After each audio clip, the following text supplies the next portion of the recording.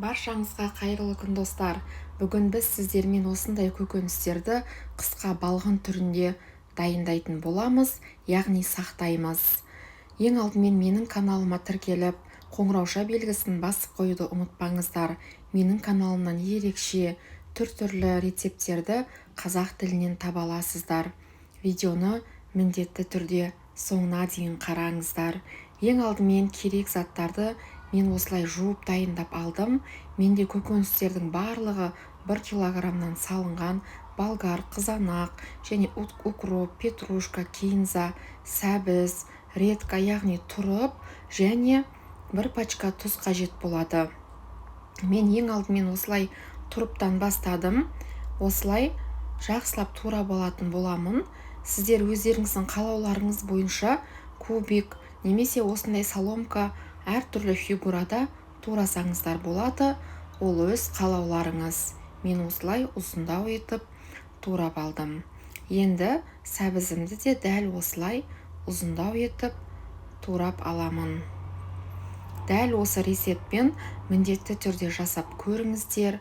Қыста тамаққа салсаңыздар өте ерекше жаздың дәмін беретін болады. Және дәл осы балғын күйінде сақталатын болады. Мен осылай енді қызанағымызды турап алатын боламыз. Мен қызанағымды үлкендеу, яғни жуандау етіп турап алдым. Өйткені қызанағымыздың суы шығып кетеді. Және қыста тамаққа салар кезде осылай қабығынан ажыратып салуға оңай болады. Енді көкөністерімізді осылай орташа етіп тураймыз, яғни үлкен де емес, кіші де емес. Міне мен осылай барлығын дайындап қойдым. Енді үстінен тұзымды салып алатын боламын. Сіздер егер кинза немесе петрушка ұнамайтын болса, салмасаңыздар да болады, және тұрып та міндетті емес. Енді барлығына біркелкі етіп жақсылап араластырып алыңыздар. Барлық жері біркелкі болуы қажет. Енді мен осындай 1 литр банкаларымды стерилдеп алдым. Осы банкаларыма жаңағы көкөністеріміздің барлығына салып шығатын боламыз. Яғни салған кезде қолдарыңызбен сәл-сәл осылай басып қойыңыздар. Қатты басуға да болмайды. Міне осылай қалған банкаларыма да дәл осылай салып шығатын боламыз.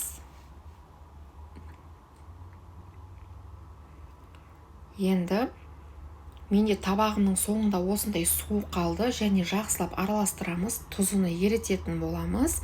Енді жаңағы көкөністеріміздің үстіне менде 4 банка шықты. Осы суымызды бірдей етіп бөліп құйып шығатын боламыз. Мен осылай 3 шөміштен құйып шықтым.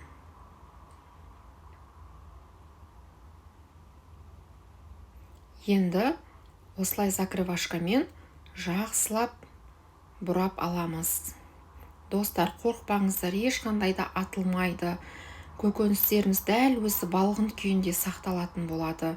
Менің видео рецептім сіздерге ұнаған болса, маған лайк басып, комментарий жазуды ұмытпаңыздар. Сіздермен болған Айнұр, сіздерге ас болсын.